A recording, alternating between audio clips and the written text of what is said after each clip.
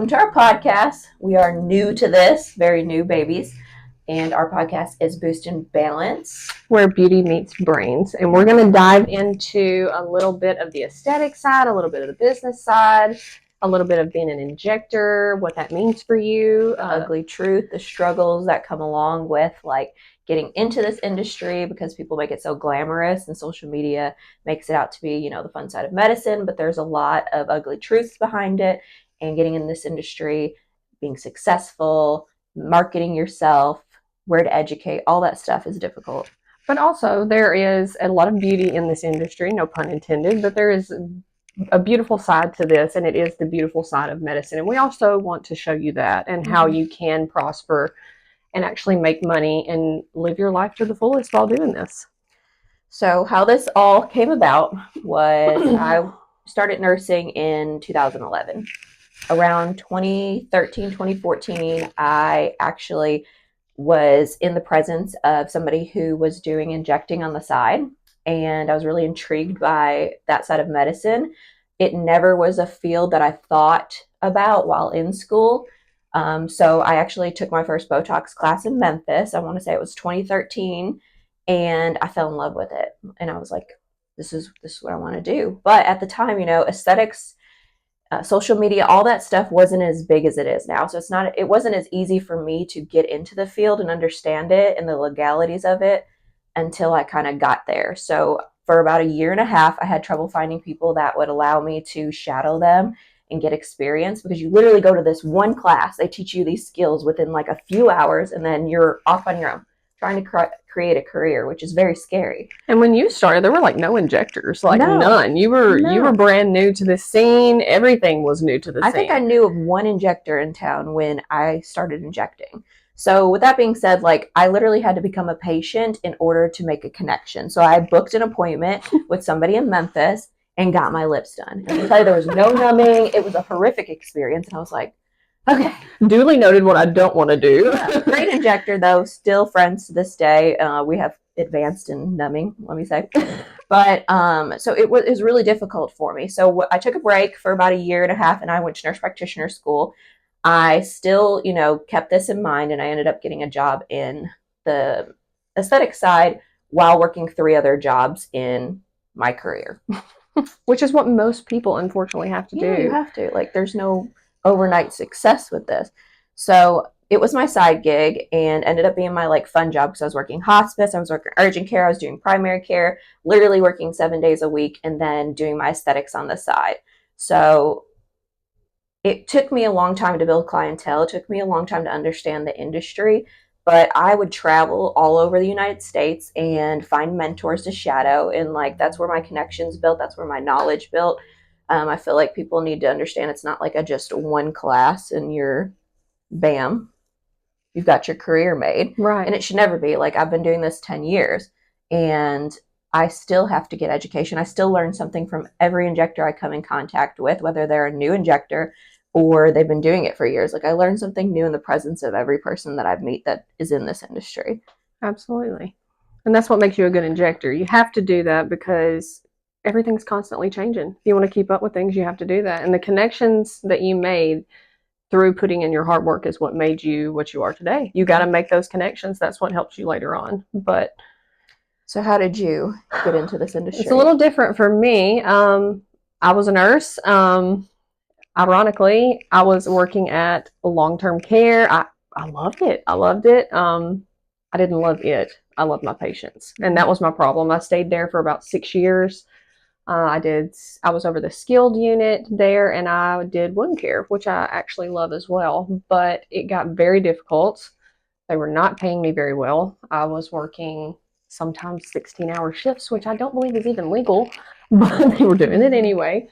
There was no help. It was always short-handed, short-staffed, always. So it got to a point where I was so exhausted. I wasn't spending time with my family. I wasn't spending time with my husband. I was not spending time with myself. I had no me time.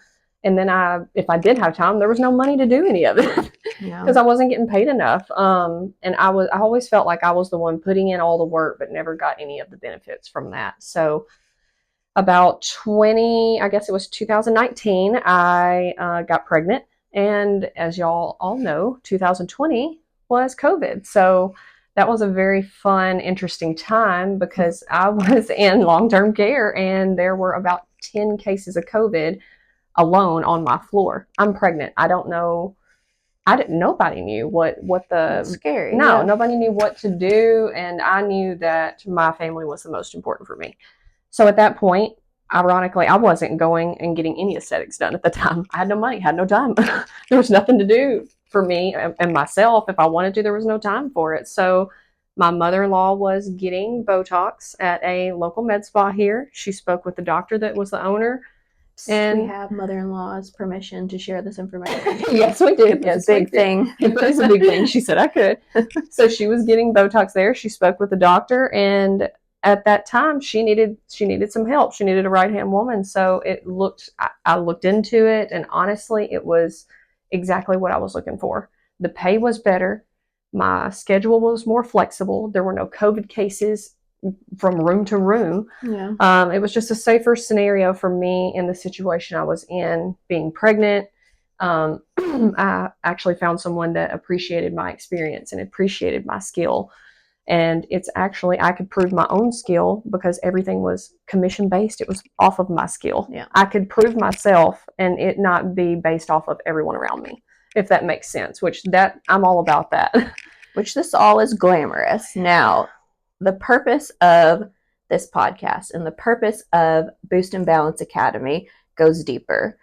With that being said, you know, we loved this industry when we got into it. It was like the answer to our prayers. I feel like I had this talent that I didn't necessarily knew I had, and this ability to connect with people. Like everybody that sits in my chair, you're becoming family. Like I care about you. I do not care about your wallet. I care about your happiness. That's why I do this.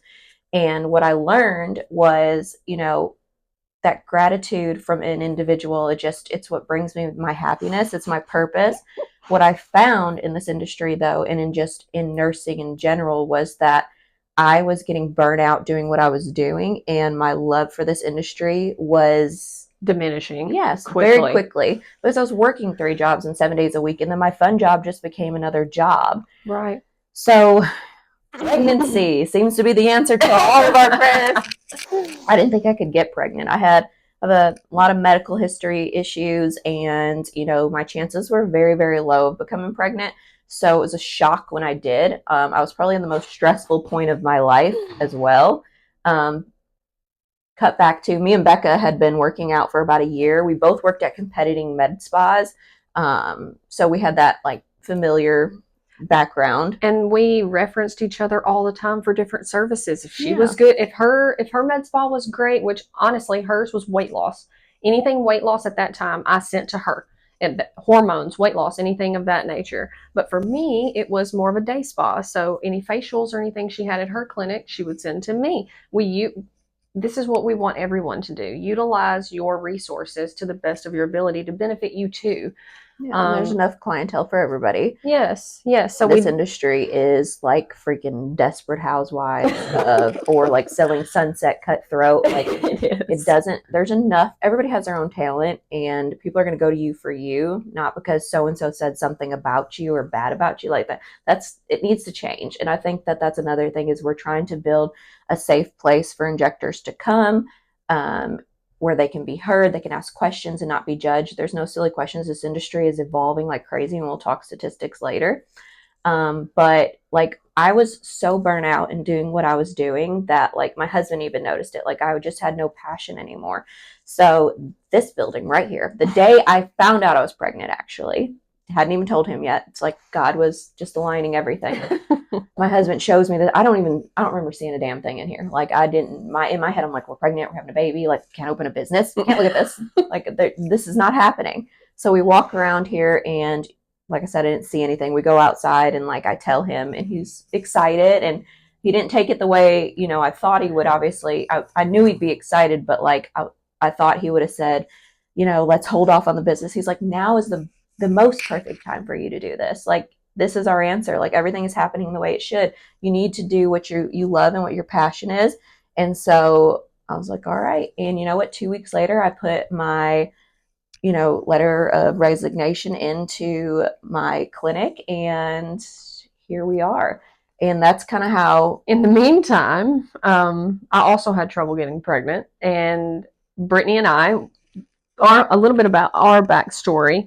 Our husbands have always been friends. I mean, as long as I can remember, they've been friends. So we're not from here, and we'll talk about that too. But we're not from here, so they've been friends. So naturally, the wives are going to become friends as well. I think we actually met at a Christmas party. Mm-hmm. And they were playing a game where essentially you can win money. That's all you need to know. You can win money. So me and Brittany immediately, we looked at each other like, hey, you want to team up and take all this money? Yeah, odds are winning as one person less than winning with a team of two. So we teamed up. That was our first business deal, and that was probably like 12 years ago. I think it was like $302 or something like that when we got to split it.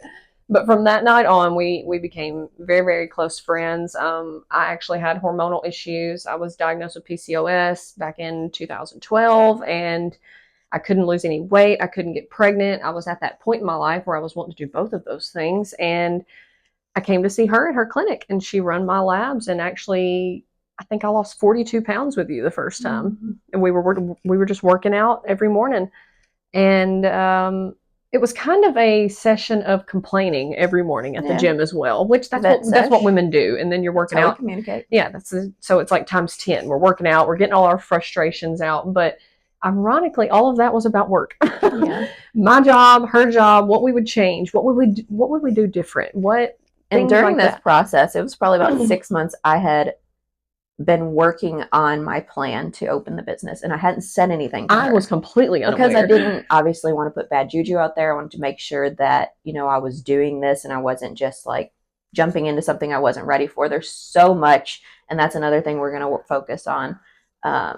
There's so much that goes into creating a business and a successful business, the legalities. This is a medical thing. Like, this isn't just like a, no offense to any cosmetology or salon, like this is a medical clinic, and these procedures are medical, done by trained medical professionals. Legally should be. So we're going to teach you that too as we go on in different episodes on the legalities, because it's very important. I mean, these are people's faces, bodies, and their health, but not to dive into the negativity of where this could go. But that's important to us too. So I was doing all that back end stuff that I really just, was new to me. I wasn't on the business side. I've never owned a business before. And it was a lot. It was overwhelming. I knew Becca had been, right-hand woman at another spa, and that had understanding of some of the business side and love for that side of things.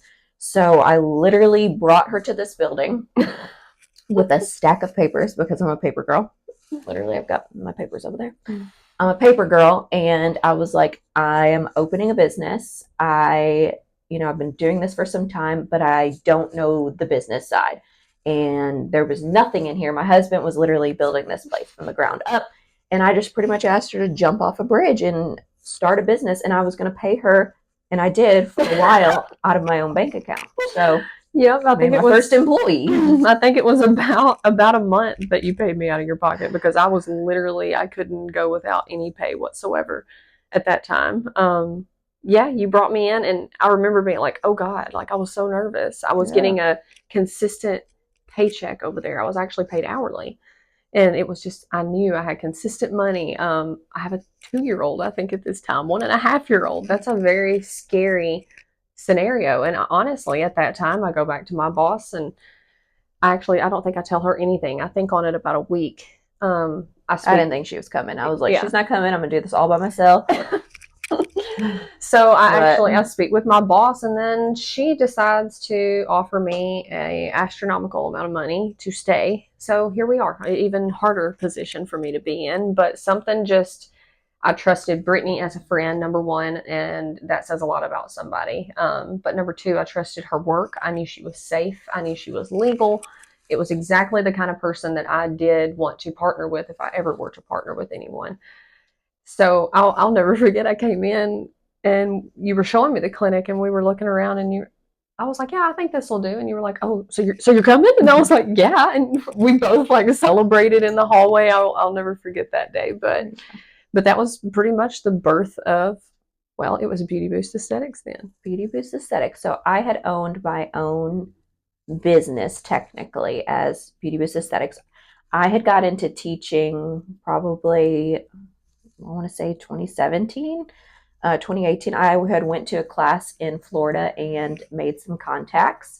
And I ended up traveling to Boston and California and then having students come here. And then that's when I found like, not only do I love aesthetics, but I love to teach aesthetics and I love to help people. I just love to help people.